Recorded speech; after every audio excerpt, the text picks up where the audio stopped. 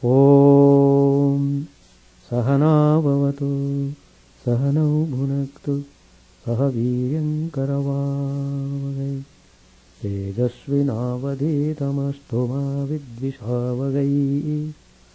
Om Shanti Shanti Shanti. Harihi Om Tat Sat. May the Lord protect us, may He nourish us, may we not be fruitful and enlightened, may we not hate each other. Peace, peace, peace be unto all. Om Sthapakaya cha dharmasya Sarvadharmaswarupine Sthapakaya cha dharmasya Sarvadharmaswarupine Avatara Varisthaya Ramakrishna Te Namah. Asato ma sadgamaya Tamaso ma jyotirgamaya Mrityorma mritangamaya. Om Shanti Shanti Shanti. Let us offer our salutations to Sri Ramakrishna, the embodiment of all religions, the Supreme God Incarnate. Let us pray to Him to lead us from the unreal to the real, to lead us from the darkness of ignorance to the light of knowledge, to lead us from death to immortality. Today's topic I am speaking on karma and destiny. It is very important to know the philosophy behind karma and how destiny is shaped out. If we understand this, it gives a great relief and it gives great hope for us to reshape our destiny. So destiny is formed out of karma. So it is very important that whatever we do has got great bearing on us, on our personality.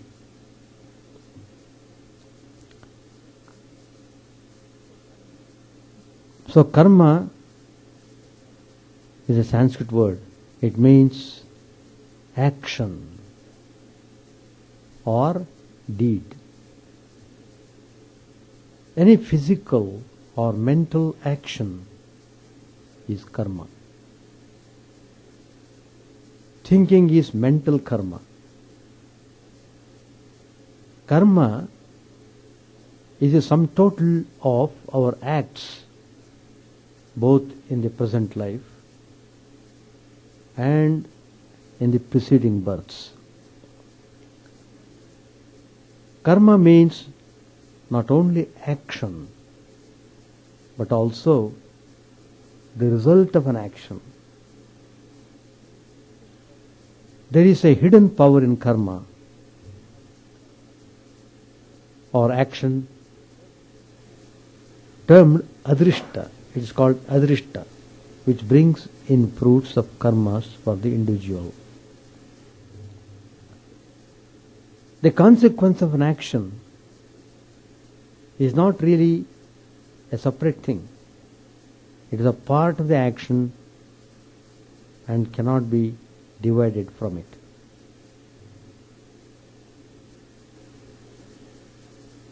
Karma, according to Jaimini Rishi, is a performance of Agnihotra and Vedic rituals. According to the Bhagavad Gita, any action done with Nishkamya Bhava is called karma. Lord Krishna says in the Gita, work incessantly. Your duty is to work, but not to expect the fruits thereof. Ma phaleshu kadachana. Karmanyevadhikaste ma phaleshu kadachana. The central teaching of the Gita is non-attachment to work.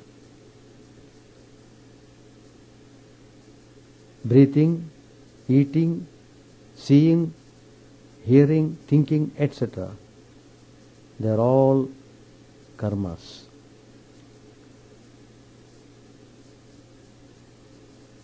Thinking is real karma. Ragadvesh, likes and dislikes, constitute real karma.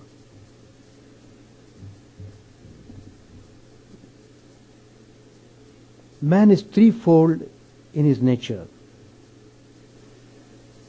He consists of Ichcha, Jnana and Kriya. Ichcha is desire or feeling. Jnana is knowing. Kriya is willing. These three fashion one's karma. He knows objects like chair, tree. He feels joy and sorrow. He wills to do this or not to do that. Behind the action, there are desire and thought. A desire for an object arises in the mind. Then you think how to get it. Then you exert to possess it. Desire, thought and action always go together. There are three threads, as it were, that are twisted into the cord of karma. Desire produces karma. You work and exert to acquire the objects of your desire. Karma produces its fruits as pain or pleasure. You will have to take births after births to reap the fruits of your karma. This is the law of karma. There are three kinds of karma. I should say threefold. Sanchita, Prarabdha and Kriyamana. Sanchita means accumulated actions. It is the sum of all karmas of this life and our past lives. Prarabdha karma means actions begun, set in motion. It is that portion of Sanchita karma that is bearing fruit and shaping the events and conditions of the current life, including the nature of our bodies, personal tendencies and associations. Kriyamana karma means actions being made. It is also called Agami or Vartamana. It is the karma we create and add to Sanchita in this life by our thoughts, words and actions, or in the inner worlds between lives. While some Kriyamana karmas bear fruit in the current life, others are stored for future births. Each of these three types can be divided into two categories. One is Arabdha and another is Anarabdha. Arabdha means begun, undertaken, that is sprouting. Anarabdha means not commenced, dormant, or seed karma, seed.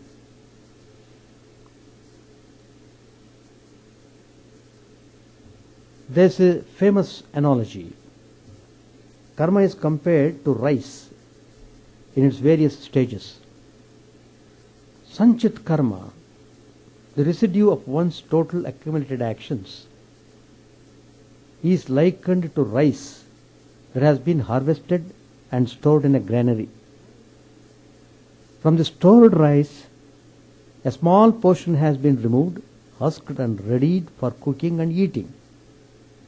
This is prarabdha karma, past actions that are shaping the events of the present. Meanwhile, new rice, mainly from the most recent harvest of prarabdha karma, is being planted that will yield a future crop and be added to the store of rice. This is kriyamana karma, the consequences of current actions. That is, everything is accounted for. That's the meaning. Everything done by a person is thoroughly accounted for. Prarabdha karma determines the time of birth, which dictates one's astrology, which in turn delineates the individual life pattern by influencing the release of these karmas. Three factors are fundamental: the nature of one's birth, the length of life, and the nature of experiential patterns. Dormant sanchita karma, while not directly being acted upon, is a weighty and compelling force of potential energy, be it benign or gross, good or bad, slothful or inspirational. It is this dormant karma that explains why two people born at the same moment and who thus have the same astrology differ in their talents and tendencies. It is this held back force of sanchita karma that the yogi seeks to burn out with his kundalini flame, to disempower it within the karmic reservoir of Anandamaya Kosha, the soul body.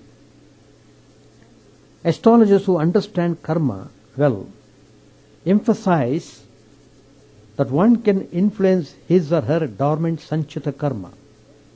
Further, one does have power over karmas being made, kriyamana. But karmas set in motion, that is prarabdha, are binding. They form the grid work of life and must be lived through. Facing them positively is the key to their resolution. Fighting them through resentment and the release of other negative emotions only creates more unseemly sanchita karma for the future. The law is, we must accept and bear our karma cheerfully. That's the law. Now, intricacies of the law. On resolving karma, it is said, non-attachment to the fruits of action stops kriyamana from accumulating. Prarabdha is experienced and ceases with this birth, and sanchita is burnt away by the diksha of the Guru. It is the Sadguru who holds the power to mitigate and redirect a person's karma. The Guru always sees the good in a person and encourages that goodness. With his authority, this automatically mitigates the detrimental areas the person could fall into because of his past actions. Naturally, karma also determines the circumstance of one's life in the antarlok, after death. The infallible law of karma continues for disembodied souls between births, though many karmas can only be fulfilled in physical incarnation. Thus, earth is called karma kshetra, arena of karma. Karma is also binding to varying degrees for those who have attained moksha and are living in the Antarlok until ultimate merging in the Paramatman. Prarabdha karmas fructify in a given lifetime, fortified by the ripe karmas that are experienced in the in-between. Some of what is learned in the Antarloka is used in the next birth to know how to best face the Prarabdha karmas as they manifest. Some of what is learned will only be used in future births. Karma made in the Antarlok, positive or negative, is added into the big Sanchita basket, and of course some of it also bears fruit. All karmas are either ripe or unripe, ready or unready. Of the Prarabdha karmas that one is born with, some are immediately released and others will be ready only in later years of life.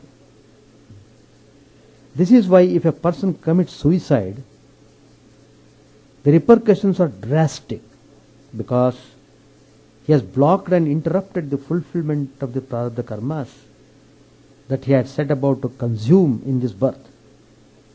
Then it is like a string hopper in the inner worlds that must be unraveled when he arrives there unexpectedly. The Prarabdha karmas, as they ripen, they open up as you go on through life. Similarly, of the Kriyamana karmas created, some are ripe and some are not ripe. Some immediately bear fruit and are consumed in this life. Others go to seed and enter the big Sanchita karma bank to be experienced in future births as Prarabdha karma. Whatever is not experienced and resolved in the current life is taken by you to the inner world as a basket of seeds.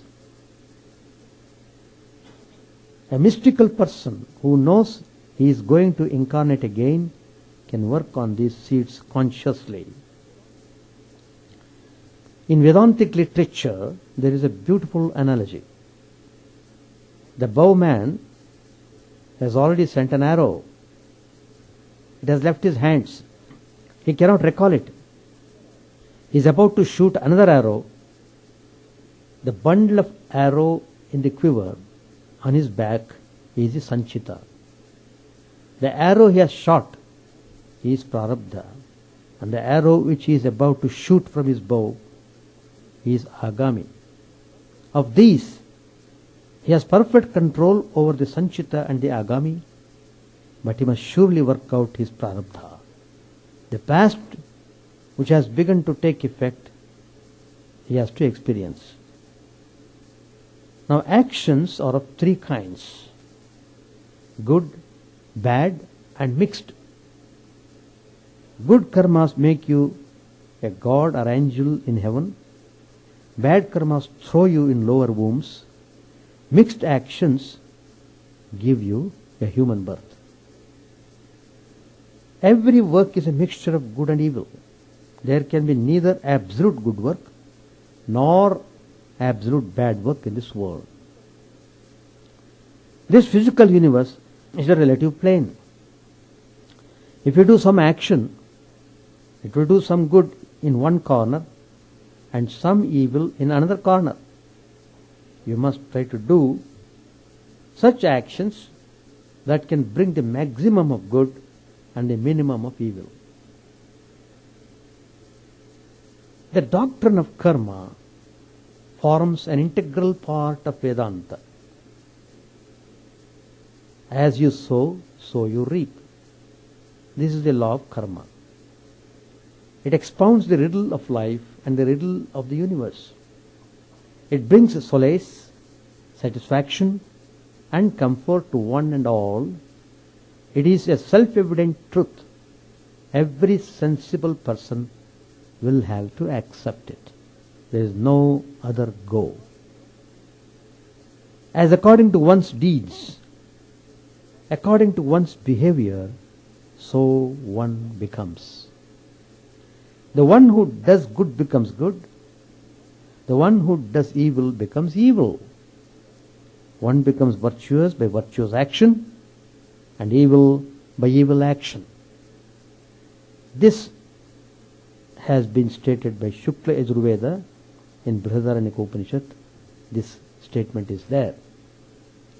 Every action that we perform in life, every thought that we think has its reaction. We may or may not be conscious of the reactions that will result from what we are doing or thinking. Many people spend a great deal of time acting only with the purpose of covering up the reactions to prior unsatisfactory actions of their own making. Hurt or puzzled, they often ask, why is this happening to me? Why did I do to attract that? What did I do? What did I do to cause that? Do I really deserve this? It doesn't seem fair. Like that they begin to think about. Were they to become enlightened and find the ability to live in their own intuitive, superconscious mind, they would see in that expanded state of consciousness all of the ingredients that came together out of the forgotten past to create the conditions through which they are passing in the now. They would observe that every action is like planting a seed. The fruit of that seed, harvested perhaps years later, is reaction. Like the seed, actions remain vibrating in the mind until fulfilled. It is not possible to trace past causes to current effects through analyzing or through the ordinary process of reason, which result in uncertain conjecture. Only superconscious insight can accurately portray the chain of cause and effect relationships as a picture of what is. Thus the wheel of karma continues on and on, creating and recreating. The wheel of karma is simply the mechanism of the mind's action. Your mind, everyone's mind. Through the study of the wheel of karma, which is meditative study, you realize that you have created everything that is happening or has already happened to you. Everything that is coming your way in the future, you will have created. Everything you will acquire, your own wants will have brought into being. You are right now a sum total of millions of thoughts, feelings, desires and actions, all of them yours. Circumstance is not responsible for your condition, for you have made your circumstances consciously and unconsciously. There are no outside forces imposing themselves upon you. Whatever you attract to yourself of the world, though it seems to be external, is but a manifestation of your own inner nature. You are the author of all your creations. And yet in the inner recesses of your being, you are already the finished product at the same time.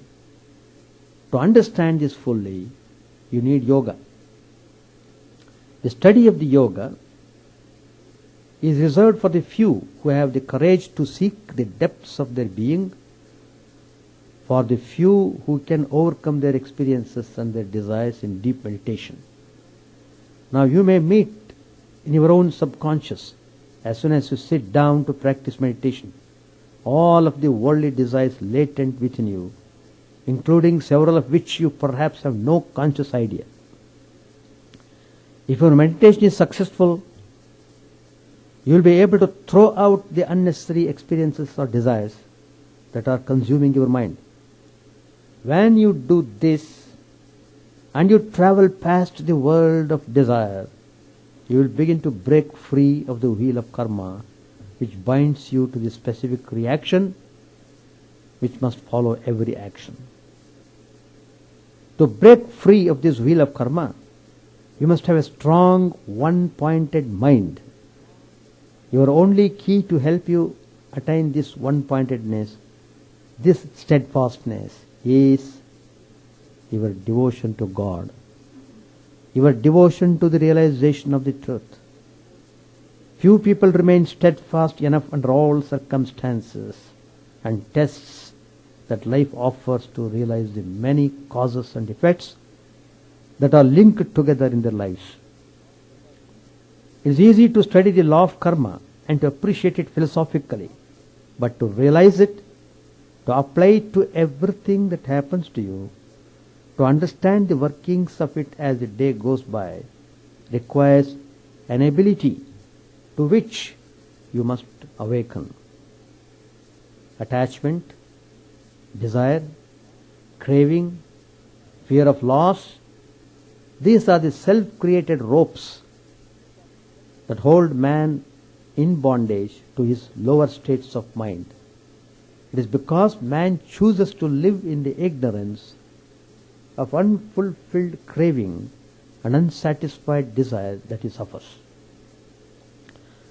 How many of you have suffered over something that was anticipated and may never have taken place? You will remember then waking up out of the dream of your suffering and finding that things were all right after all, and that through your experience something within you remained the same. Somewhere the idea was born that man should live in states of happiness and joy all of the time. But in the first place, happiness and joy depend upon unhappiness and sorrow, even to be recognized or appreciated.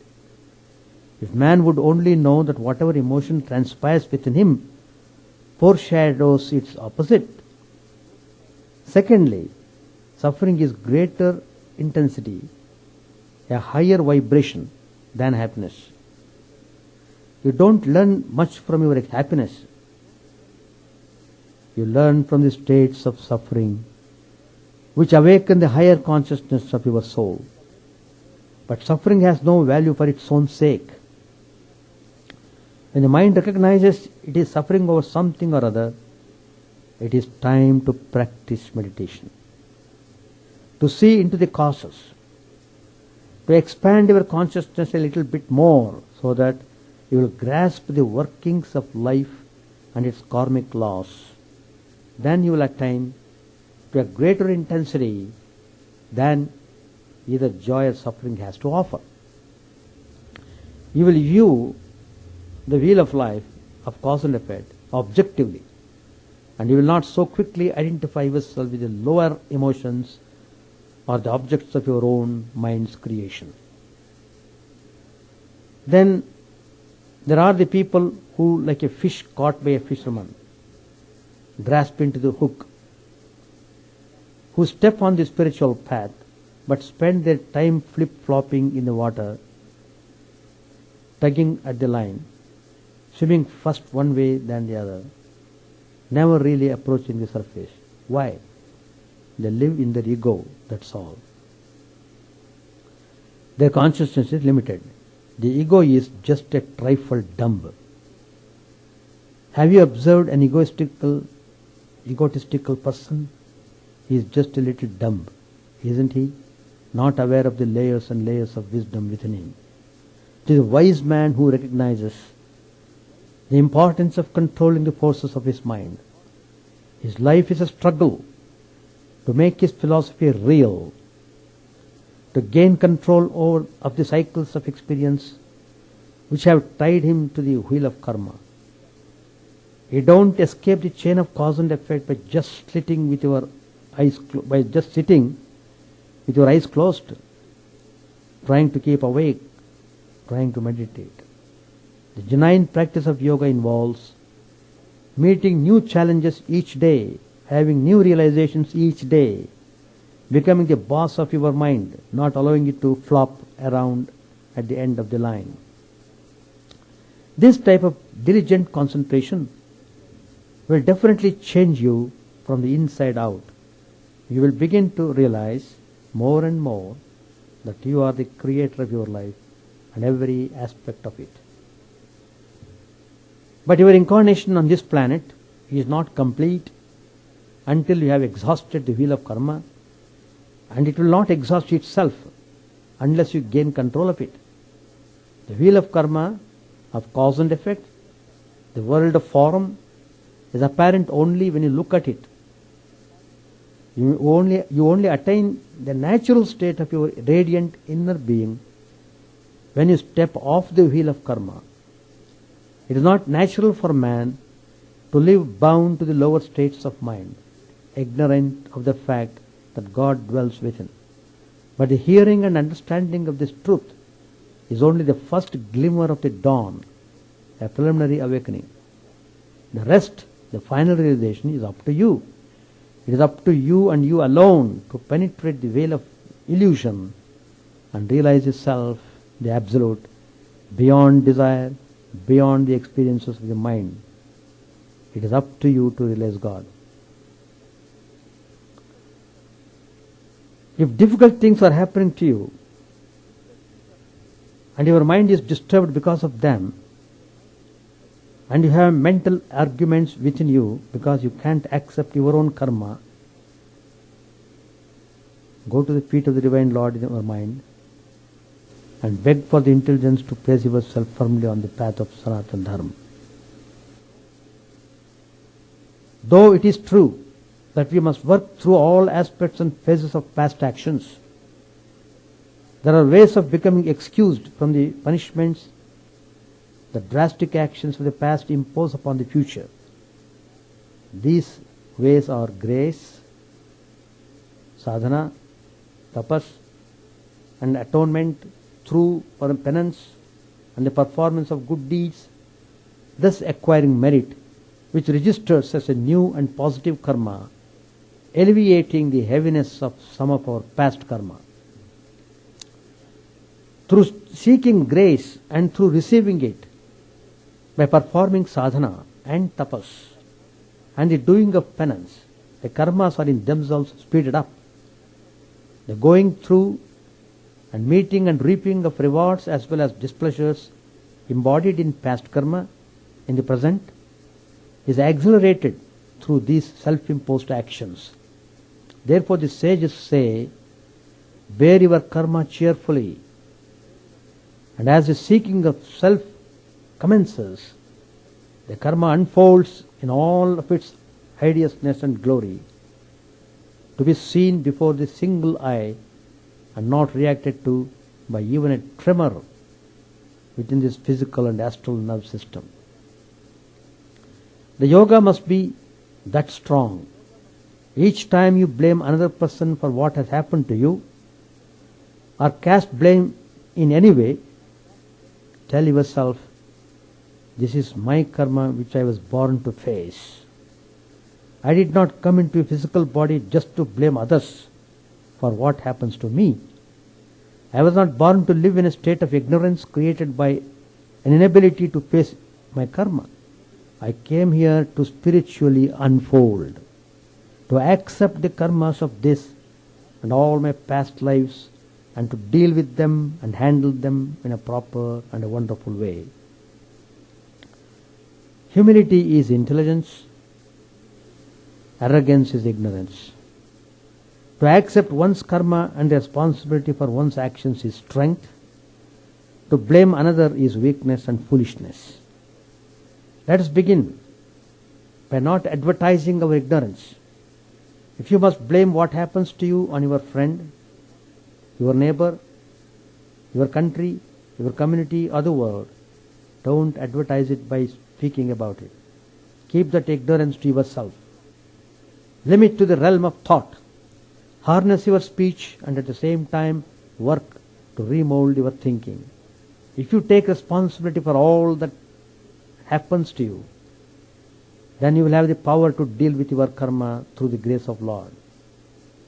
He will give you the intelligence to deal with it as you worship Him in the temple. Contact Him within as the life of your life and find Him in meditation. An example is given. Suppose I am holding a plate of rice and curry and I pass it to you. All of a sudden the plate drops on the floor between us. I blame you, you blame me. I don't want to be responsible for dropping the rice and curry, and you don't want to be responsible either. So we blame each other. The rice and curry is scattered there on the floor.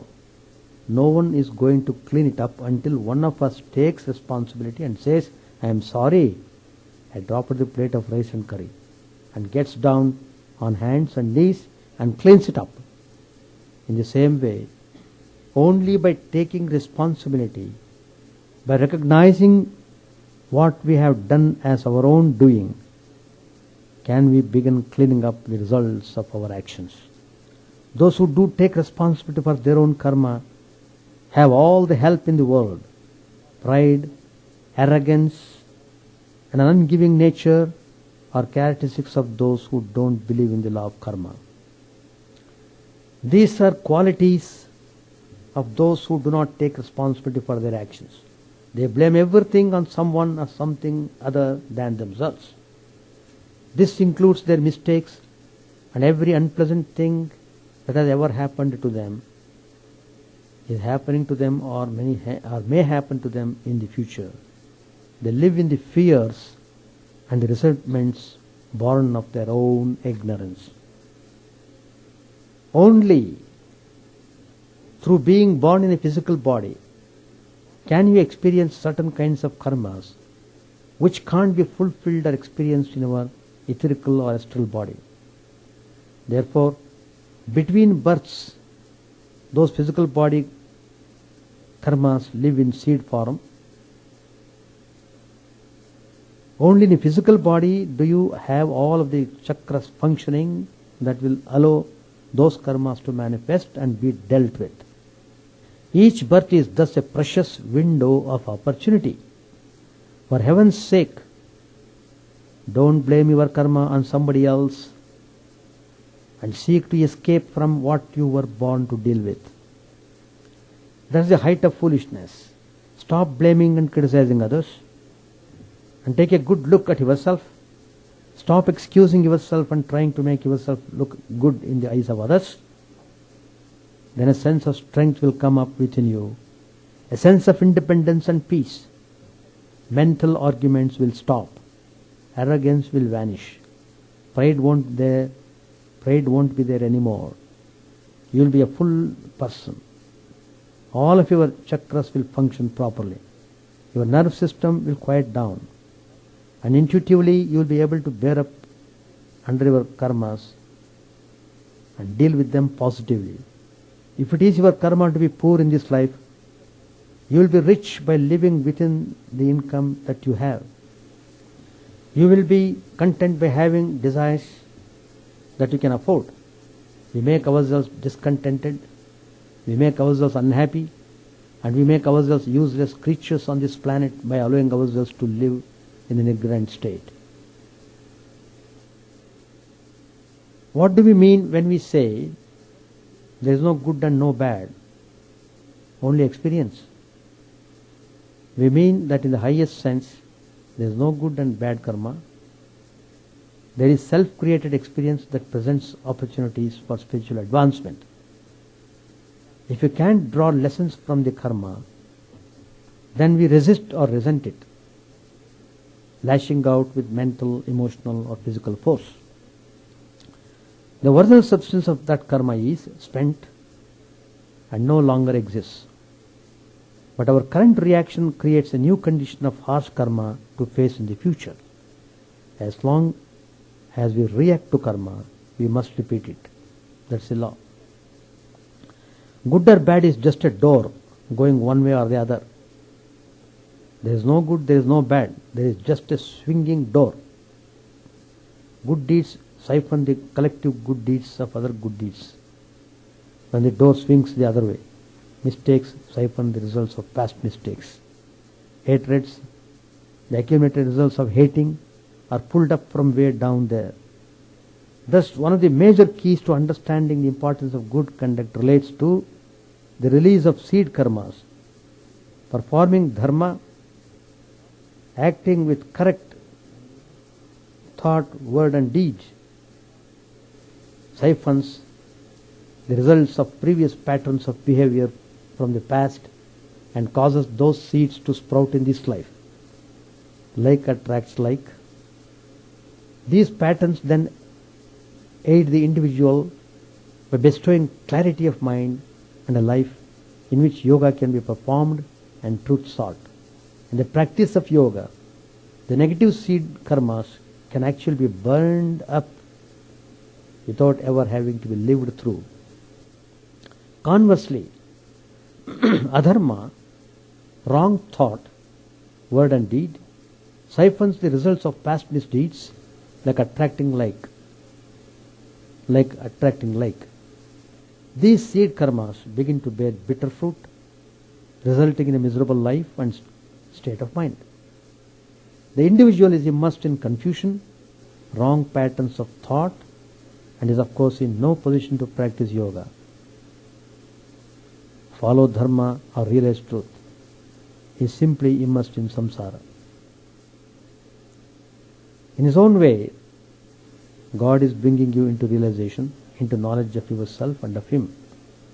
He has given you the world of experience. Study your experience. Learn from your experience. If it is painful, that's also good. In the fires of experience, which are both pain and pleasure, you are being purified.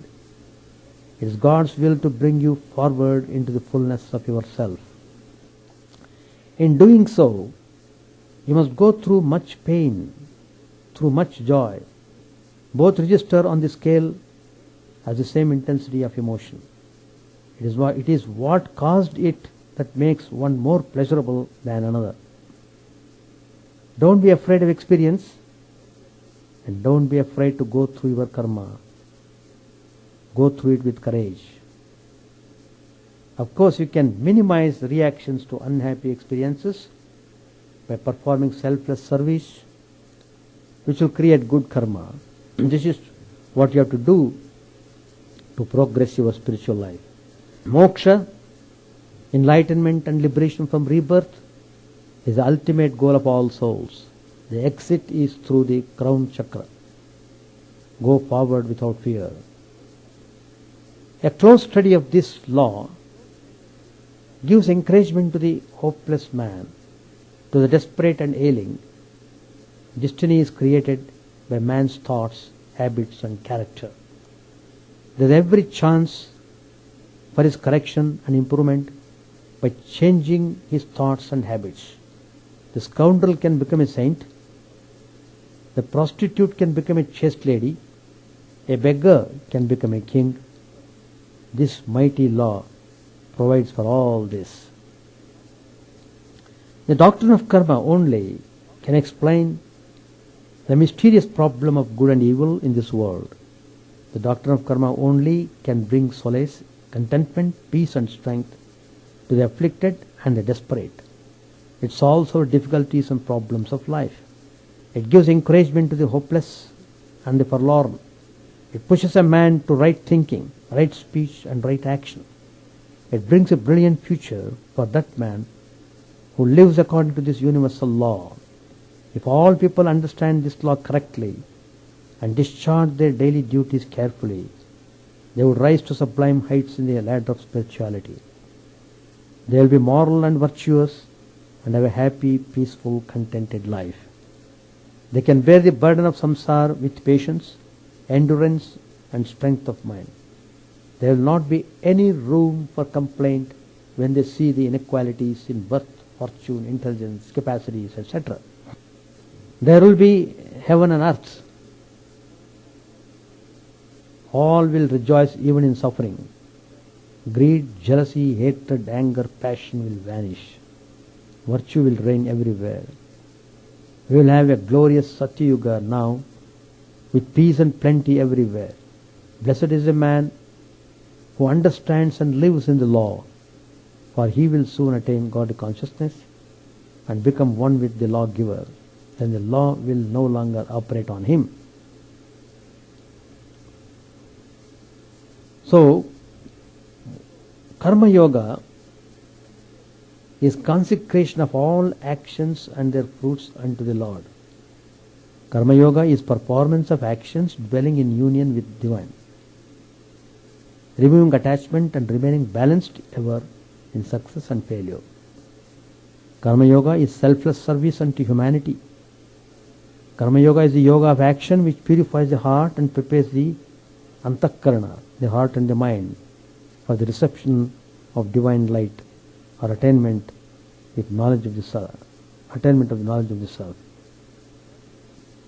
The important point is that you will have to serve humanity without any attachment or egoism. Action of some kind or the other is unavoidable. You can't keep quiet without doing anything. What binds you to phenomenal existence or samsara is not the action, but the idea of doership and enjoyership. Karma binds when it is done with a selfish motive, with the expectation of fruits. But when the action is done without the expectation of fruits, it is liberating.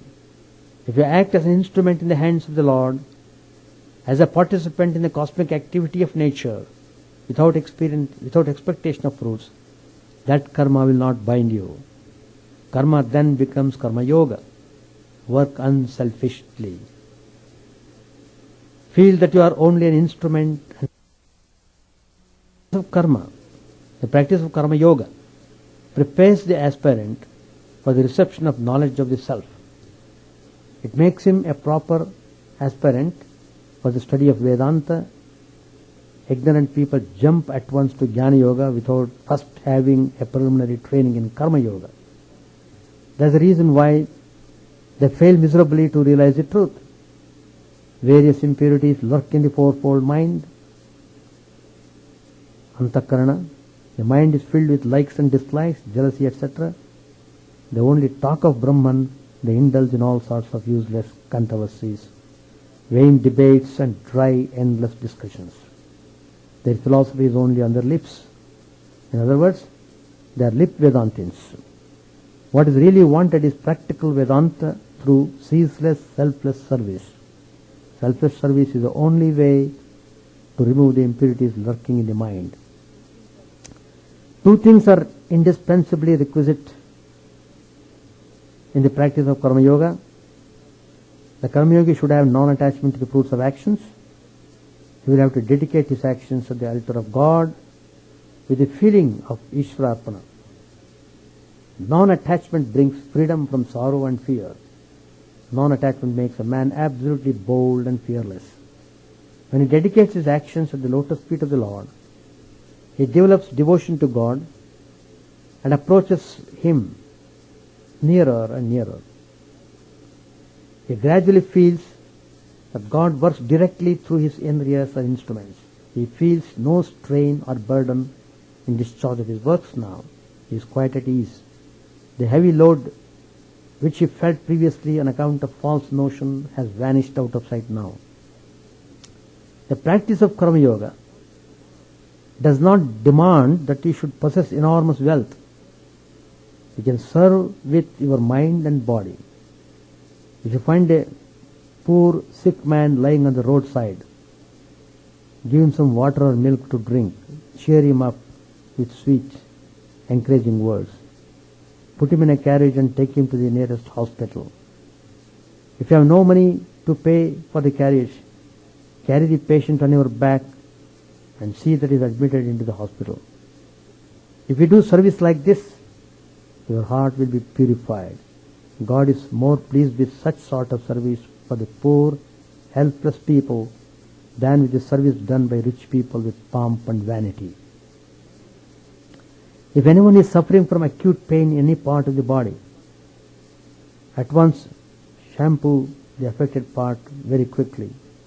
Feel when you massage that you are shampooing the body of the Lord. Repeat your Ishta mantra or any name of the Lord while shampooing. Pray also from the bottom of your heart, O Lord, remove the pain of this man. Let him rest in peace. Let him possess good health. Feel when you massage that the energy from the cosmic source, Hiranyagarbha, is flowing continuously through your hands. Some neophytes are afraid their energy will be depleted by massaging another person. This is a serious mistake.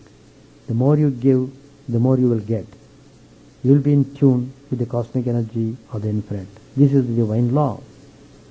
A karma yogi should be absolutely free from lust, greed, anger and egoism. Even if there are traces of these doshas, you should try to remove them. He should not expect any kind of fruits for his actions herein and hereafter.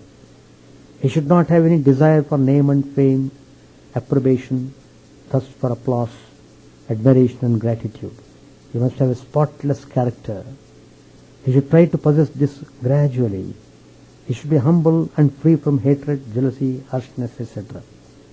He should always speak sweet words. How can a proud and jealous man who expects respect and honor from others serve others? He should be absolutely fearless. A timid man is absolutely unfit for karma yoga. A karma yogi should have large heart. He should be free from crookedness, meanness, miserliness and selfishness. He should be absolutely free from greed, anger and egoism. A karma yogi should have an amiable, loving, social nature. He should be able to move and mix with everybody without distinction of caste, creed or color. He should have perfect adaptability, tolerance, sympathy, cosmic love and mercy. He should be able to adjust with the habits and ways of others. He should have an all-embracing and all-inclusive heart. He should always have a cool and balanced mind. He should have presence of mind also. He should have equal vision. He should rejoice in the welfare of others. A man who is easily irritable and who can easily be offended for trifling things is absolutely unfit for the path of karma yoga. He should have all the organs under perfect control. He should lead a very simple life. He should bear insult, disrespect, dishonor, censure, infamy, disgrace, harsh words, heat, cold, and the pain of diseases. He should have absolute faith in himself, in God, in scriptures, and in the words of his Guru. If he leads a life of luxury, if he wants everything for himself, how can he share his possessions with others? He should burn his selfishness to the very root. Bhagavad Gita says, restraining and subduing the senses, regarding everything equally, rejoicing in the welfare of all. Those alone come to me. Such a man becomes a good karma yogi and reaches the goal quickly. So karma yogi must have all these qualities. Then the actions become spiritual practice. By doing selfless service, what will happen? You purify your heart. Egoism, hatred, jealousy, ideas of superiority and all the kindred negative qualities will vanish. You will develop humility, pure love, sympathy, tolerance and mercy. Sense of separateness will be annihilated. Selfishness will be eradicated. You will get a broad and liberal outlook on life. You will begin to feel oneness and unity. Eventually, you will obtain knowledge of the self. You will realize one in all and all in one. Generally, people are impatient and they expect siddhis after doing a little service. The real karma yogi who serves people with humility and Atma Bhava, seeing God in everyone, becomes a real ruler of the world. He is honored and respected by all. The more service you do with Atma Bhava, the more power, energy and capacity you get. Practice this and feel. If you really want to grow in the spiritual path, you must do all sorts of service daily till the end of your life. Then only you are safe. Do not stop doing service when you have become a famous yogi. The spirit of service must enter every nerve, cell, tissue and bone of your body. It must become ingrained in you. Then only you will become a real, full-blown, practical Vedantin. Is there any greater Vedantin or Karma Yogi than Lord Buddha? He still lives in our hearts because that spirit of service was ingrained in him, and he spent his whole life in serving others in a variety of ways. He is indeed a magnanimous soul, one without a second. You can also become a Buddha if you apply yourself diligently to selfless service with the right mental attitude. In the practice of Nishkama Karma Yoga, there is no loss of effort, there is no harm, there is no transgression also. Even a little of this practice can protect you from great fear of rebirth, of death, which is concomitant evils. You will reap the fruits of Karma Yoga, that is Jnana. There is no uncertainty here. The path of Karma Yoga eventually leads to the attainment of bliss of the self. So, to constant selfless service, you must acquire the purity of heart. You will shine as dynamic Karma Yogins, radiating joy, peace and bliss everywhere. You rejoice in the welfare of all beings. May your minds be fixed in the Lord while your hands are in the service of humanity. May you all understand the principles and techniques of Karma Yoga. May all your actions become offerings unto the Lord. May you all attain Kaivalya Moksha through the practice of Karma Yoga in this very birth. Swami Vivekananda has said about destiny, we are responsible for what we are, and whatever we wish ourselves to be, we have the power to make ourselves. If what we are now has been the result of our own past actions, it certainly follows that whatever we wish to be in future can be produced by our present actions. So, we have to know how to act. Man is man so long as he is struggling to rise above nature, and this nature is both internal and external. And if we read the history of nations between the lines, we shall always find the rise of a nation comes with an increase in the number of such men, and the fall begins when this pursuit after the infinite, however vain the ulteriors may call it, has ceased.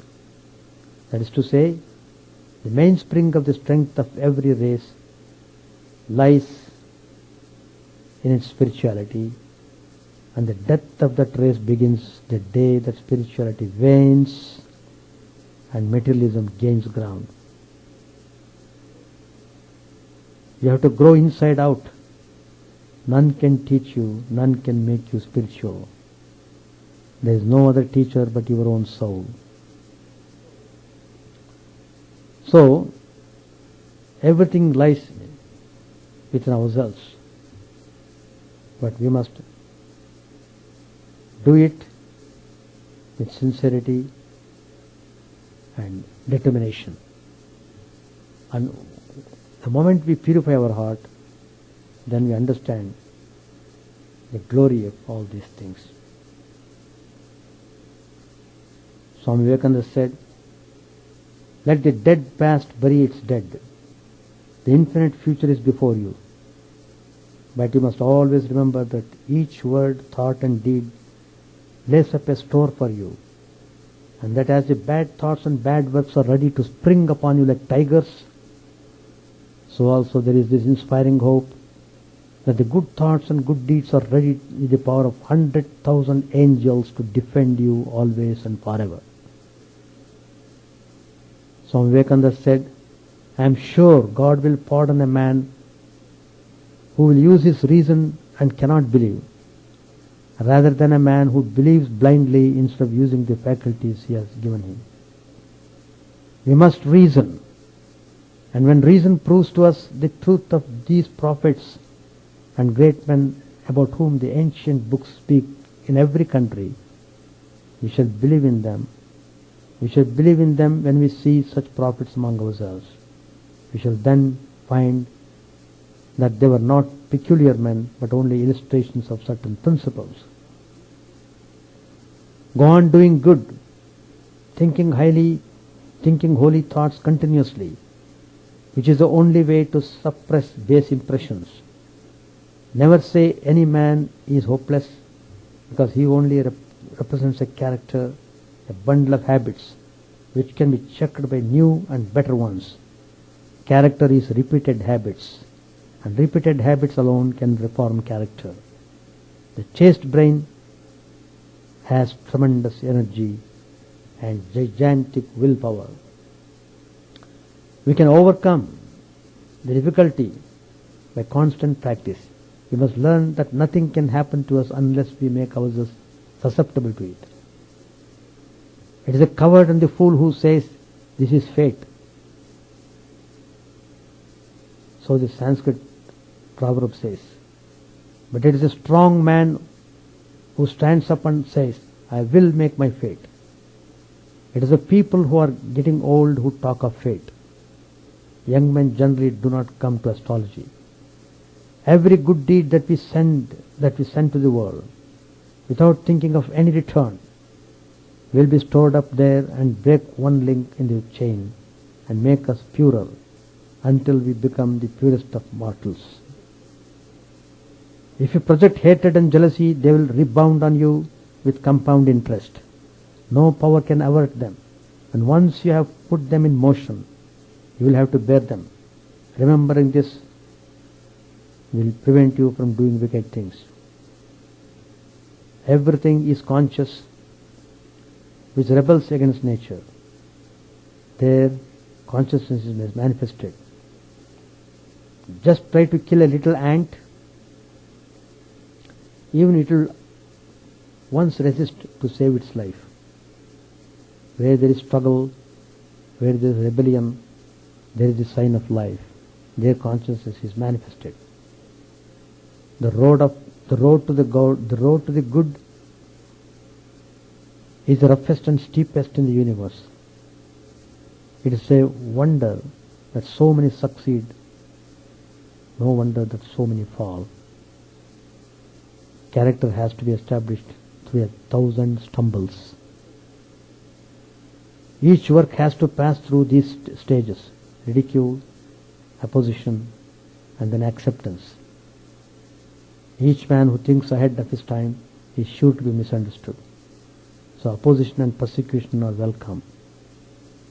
Only I have to be steady and pure and must have immense faith in God, and all this will vanish. So, karma is very powerful, and we are all controlled by our karma. But then, the type of karma, what we should do, that is very important. So all these specifics have been given. Try to be more selfless. Be free from egoism. Feel that you are the instrument of God. And try to see that God dwells in everyone. With that great humility, if you perform your duties, then you will see that karma will not bind you, rather it leads you towards liberation. Thank you all. We will be observing Platinum Jubilee function June 24, 25, 26. All the heads of centers in America are participating. Swami Pramayananda, a trustee of the Ramakrishna Math Mission, Belur, India, will be our chief guest. Om Sahana Bhavatu Sahanau Bhunaktu Sahaviryam Karavavai Tejasvinavadhitamastu ma vidvishavai. Om Shanti Shanti Shanti. Hari Om Tat Sat. May the Lord protect us, may He nourish us, may our knowledge be fruitful and enlightened, may we not hate each other. Peace, peace, peace be unto all.